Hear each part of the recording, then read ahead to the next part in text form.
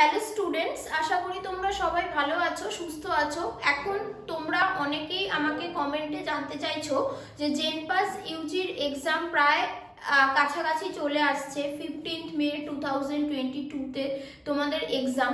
তো তোমাদের এখন বক্তব্য হচ্ছে মোস্ট ইম্পর্টেন্ট চ্যাপ্টার্স কি কি হতে পারে আমাকে একটু বলে দিন। আর হচ্ছে যে এই সময় মানে যদি আমি মার্চ মাসের ধরো 20 হয়ে গেল, 22 আজকে 22 মার্চ, তো মার্চ মাসটা যদি আমি বাদ দিয়ে দেখতে গেলে এপ্রিল মাসটা পুরোটা তোমাদের হাতে আছে, আর মে মান্থের কিছুদিন, 1.5 মাসই যদি আমি ধরি বা 2 মাস যদি বলি, তো এই সময় কোনটা সব থেকে বেশি করা উচিত, মানে বেশি থিওরি পোর্শনে ফোকাস করব কিনা বা বেশি প্র্যাকটিসের দিকে যাব কিনা, তো সেগুলো অনেক স্টুডেন্টের মধ্যে কোয়ারিজ আছে। বারবার অনেক স্টুডেন্ট জানতে চাইছো, বিশেষ করে অনেক স্টুডেন্ট যারা এবছর এইচএস এক্সাম দেবে, তোমাদের এপ্রিল থেকে এক্সাম স্টার্ট হয়ে যাচ্ছে, প্রায় পুরো এপ্রিল মাসটা জুড়েই এক্সাম হবে। তো তোমাদের বক্তব্য হচ্ছে যে আমরা কি করে প্রিপারেশন নিতে পারি। এবার সেক্ষেত্রে প্রথমে তাহলে যারা এবছরের এইচএস এর ক্যান্ডিডেট তাদের কথা বলি, তারপরে যারা এইচএস পাস আউট স্টুডেন্টরা আছো, এবছর রিপিট দিচ্ছ বা এবারই হয়তো প্রথম দেবে, আগের বছর অ্যাটেম্প্ট করনি, তাদের কথাও দুটোই বলছি। তো সেক্ষেত্রে দেখো বিষয়টা কি, যারা এইচএস এর ক্যান্ডিডেট, যারা এবছর এইচএস দেবে, তাদের পক্ষে অবশ্যই ক্লাস 11টা এই মুহূর্তে দাঁড়িয়ে পড়াটা একটু চাপের, কেন তারা ক্লাস 12-এর এক্সাম দিতে যাবে, 12টাকে প্রিপেয়ার করতেই হবে, কিছু করার নেই। এবার সেক্ষেত্রে তোমাদের 12টার উপর জোর দিতে হবে, কিন্তু আমার যেটা মনে হয় তোমরা একটা কাজ করতে পারো যে 11টা তোমরা এতদিন নিশ্চয়ই পড়েছো, মানে অ্যাটলিস্ট আমি যে স্টুডেন্টদেরকে গাইড করেছি তাদেরকে আমি মোটামুটি ফেব্রুয়ারি মান্থ পর্যন্ত 11টাকেও পড়ার উপর জোর দিয়েছি, কেন জানি মার্চ মাসটা এবং এপ্রিলে তাদের এক্সাম, তো তারা কোনোভাবেই ক্লাস 11টাকে পড়তে পারবে না, কেন 12টাই বেশি তাদের পড়তে হবে, উপায় নেই। তো তাহলে আমি ধরে রাখছি তোমরা এভাবেই প্রিপারেশন নিয়েছো যে ফেব্রুয়ারি মান্থ পর্যন্ত তোমরা 11টাকে খুব ভালো করে পড়ে নিয়েছো।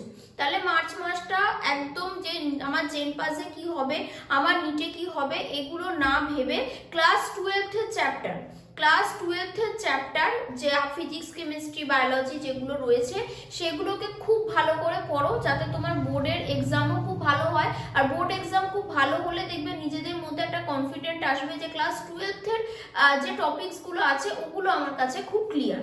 যদিও এটা তোমরা নিজেরা বোঝো আশা করি এতদিনে, বা ধীরে ধীরে আরো বুঝতে পারবে যে বোর্ড এক্সামে খুব ভালো মার্কস পাওয়া বা খুব ভালো এক্সাম হওয়া, 90%-এর উপরে মার্কস পাওয়া, আর জেনপাস বা নিট যে কোনো কম্পিটিটিভ এক্সামে সেই একই সিলেবাসের থ্রু পড়েও সিলেকশন হবে কিনা, তো সেটা কিন্তু একটা ডিফারেন্স আছে। কেন অবশ্যই বোর্ড এক্সামটা অনেকটা ইজি বা অনেকটাই সাজেস্টিভ ওয়েতে পড়লে হয়, যেটা কোনো কম্পিটিটিভ এক্সামে পড়লে হবে না।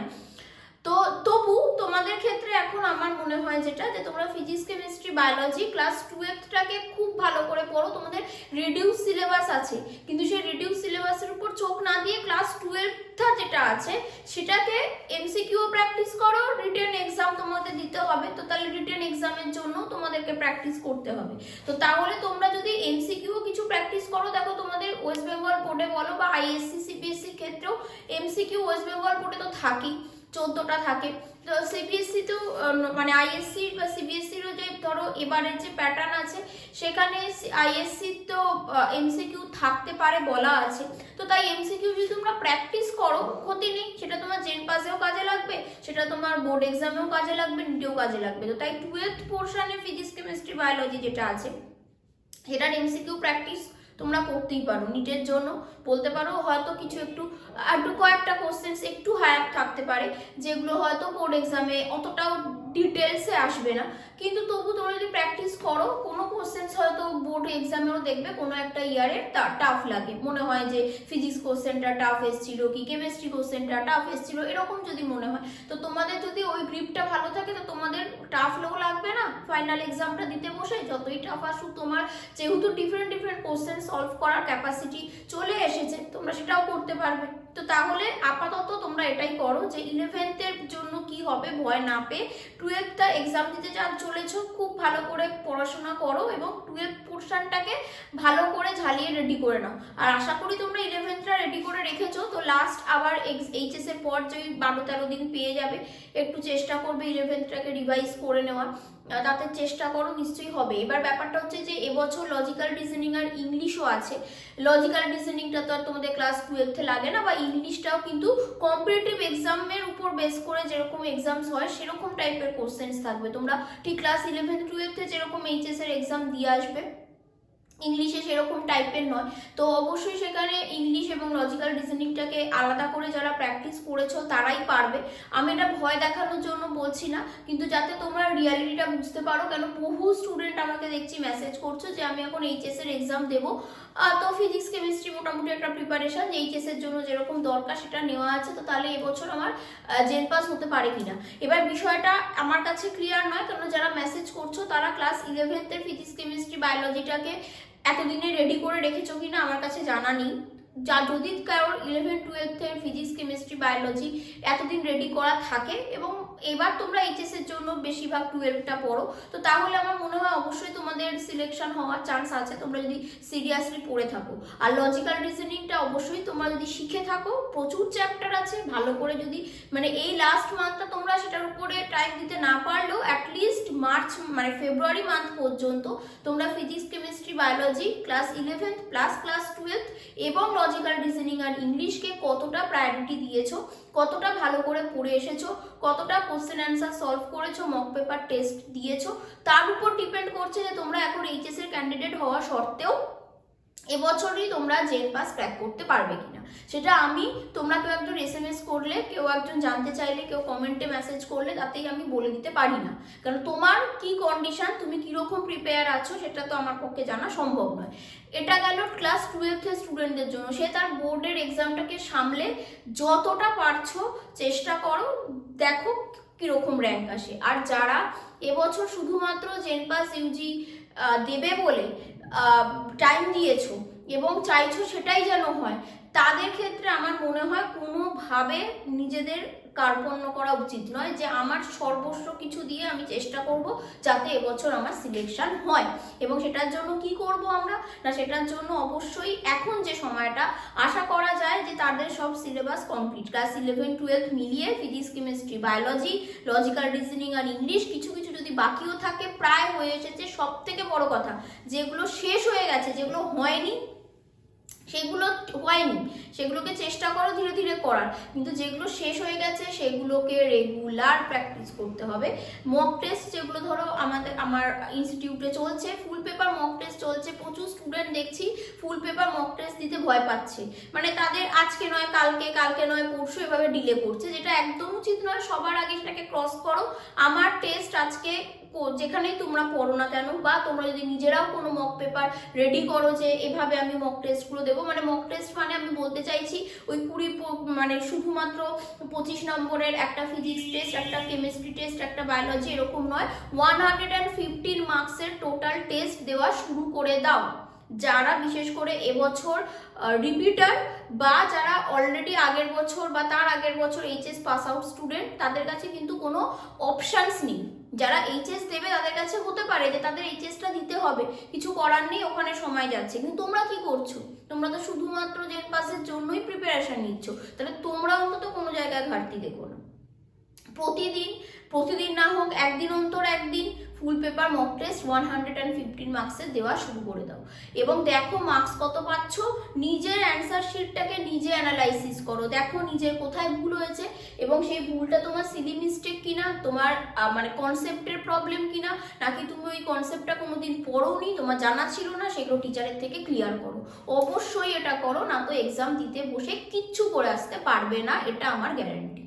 কেন না লজিক্যাল রিজনিং ব্যাপারটা তোমাদের কাছে একদম নতুন, যারা ধরো এই আগের বছর বা তার আগের বছর এইচএস পাস আউট স্টুডেন্টরা, যারা অনেক বছর কম্পিটিটিভ এক্সাম ফিল্ডে রয়েছে তারপরেও হয়তো জেন পাস দিচ্ছে, এরকম স্টুডেন্টরা হয়তো পারতে পারে। কিন্তু তাদের ক্ষেত্রে আমার মনে হয় ফিজিক্স কেমিস্ট্রি বায়োলজি এইচএস লেভেলে পড়ে এক্সাম দেওয়াটা তাদের ক্ষেত্রে আবার টাফ হবে, যেটা তোমাদের ক্ষেত্রে অনেকটা সুবিধা, কারণ তোমরা এখনো সেগুলো পড়ার মধ্যে রয়েছো। তো সেই হিসাবে তোমাদেরকে খুব ভালো করে প্র্যাকটিস করতে হবে। আমি যতজন স্টুডেন্টকে টেস্ট নিচ্ছি সব স্টুডেন্টের দেখছি একটাই সমস্যা, যে ওরা টাইমে শেষ করতে পারছে না। 90 মিনিটসে তারা টাইমে শেষ করতে পারছে না। কেন? তাদের বক্তব্য যে লজিক্যাল রিজনিংটা ভাবতে হচ্ছে, একটু দেখতে হচ্ছে, সেটাকে যদি করতে যাই লাস্টে যেটাকে রেখেছিলাম সেটা করে উঠতে পারছি না। স্ট্র্যাটেজি তোমাকে বানাতে হবে। তুমি ইউটিউবে 1000টা 50টা চ্যানেলে বিভিন্ন রকমের স্ট্র্যাটেজি দেখতে পারো। আগে ম্যাথ দিয়ে শুরু করো, কে বলবে ফিজিক্স দিয়ে, মানে ম্যাথস জেন পাসে নিয়ে আমি জাস্ট একটা এক্সাম্পল বলছি। কেউ বলছে তোমাকে ফিজিক্স দিয়ে শুরু করো, কেউ বলছে লজিক্যাল রিজনিং দিয়ে শুরু করো, কেউ বলছে তোমাকে ইংলিশ দিয়ে শুরু করো। কিন্তু আমার মনে হয় এটা তোমার ডিসাইড করা উচিত। তুমি কখন বুঝতে পারবে যে কোনটা দিয়ে শুরু করলে টেস্ট তুমি খুব স্বচ্ছন্দ বোধ করছো এবং তাড়াতাড়ি শেষ করতে পারছো, সেটা তুমি বুঝবে। কিন্তু হাত পা গুটিয়ে বসে থাকলাম আর ভাবলাম, ভাবতে ভাবতে কেউ তোমার মাথায় এসে কোনো রকম উপদেশ দিয়ে যেতে পারবে না। তোমাকে কাজ করতে হবে। তুমি কাজ করলে তোমার ফল্ট বুঝতে পারবে, সেই ফল্ট থেকে তোমাকে সেটাকে কি করে রেকটিফাই করতে হবে তুমি নিজে বুঝবে, কারোর বলে দেওয়া সম্ভব নয়। তাই কি করতে হবে? রেগুলার মক পেপার সলভ করো, রেগুলার মক পেপার সলভ করো, বারবার বলছি। এবং তাতে নিজেরা বুঝবে যে কোন পোর্শনটা দিয়ে শুরু করলে তুমি খুব স্বচ্ছন্দ বোধ করছো, টাইমে শেষ করে আসতে পারছো, সেটা থেকে শুরু করো এবং সেটাকে হ্যাবিচুয়েটেড করে নাও যে আমি সবসময় ইংলিশ দিয়ে শুরু করব, কি আমি সবসময় বায়োলজি দিয়ে শুরু করব, কি আমার লজিক্যাল রিজনিংটা খুব ভালো হয় আমি ওটা আগে করে নেব।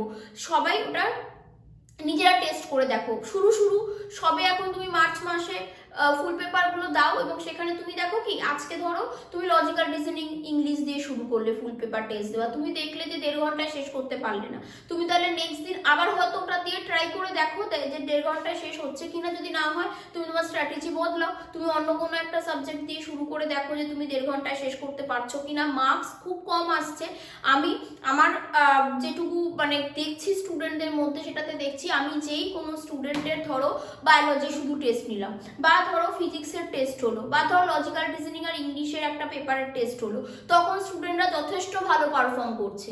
একটা পার্টিকুলার সাবজেক্টের এক্সামে স্টুডেন্টরা যথেষ্ট ভালো পারফর্ম করছে, কিন্তু যেই আমি ফুল পেপারটা দিচ্ছি তাকে 115 মার্কসের, তখন খুব খুব খুব খারাপ মার্কস আসছে।